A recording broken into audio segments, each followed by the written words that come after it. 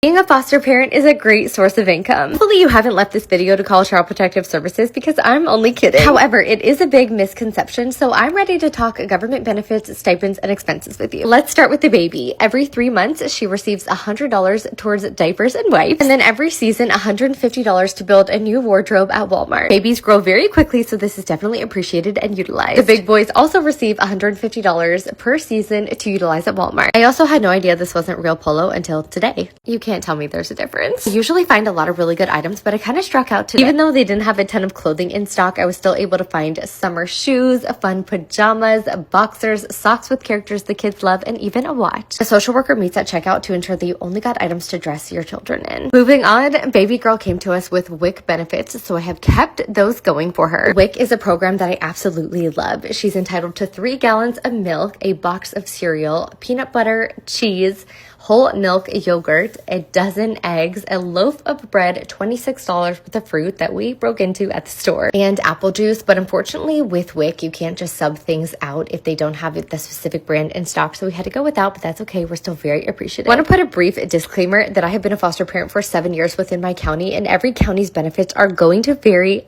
greatly, so I'd love to hear yours in the comments. The monthly stipend, I receive roughly $500 per child. Let's start with education. Within my county, pre-K is not a guarantee. It's actually a lottery that we did not make. So I pay out of pocket for my children to attend a day school. Sometimes DCS will cover the cost of childcare, but in my county, those options are very limited and the wait lists are extensive. We've actually never made it off the waiting list. Anyway, since the day school is only 3 hours, I also pay out of pocket for a nanny because mama's gotta work. Like I'm trying to show y'all, foster care does not pay my bills. Hair expenses might not make sense to you, but they mean so much to me. I see so many white foster or adoptive moms simply shave their boys' hair because they don't know how to do braids or locks. And newsflash, neither do I, so I outsource. I found an in-home braider and I take the boys to a barber who specializes in their hair. That's my duty as their mom. Another thing that means so much to children experiencing foster care are photos, so I will buy them every single time. Basically, I'm trying to show that any expense you would incur for a child you brought into the world, you should budget for when fostering. I've got a lot of mouths to feed around here, so on top of the WIC benefits, I spend $250 per person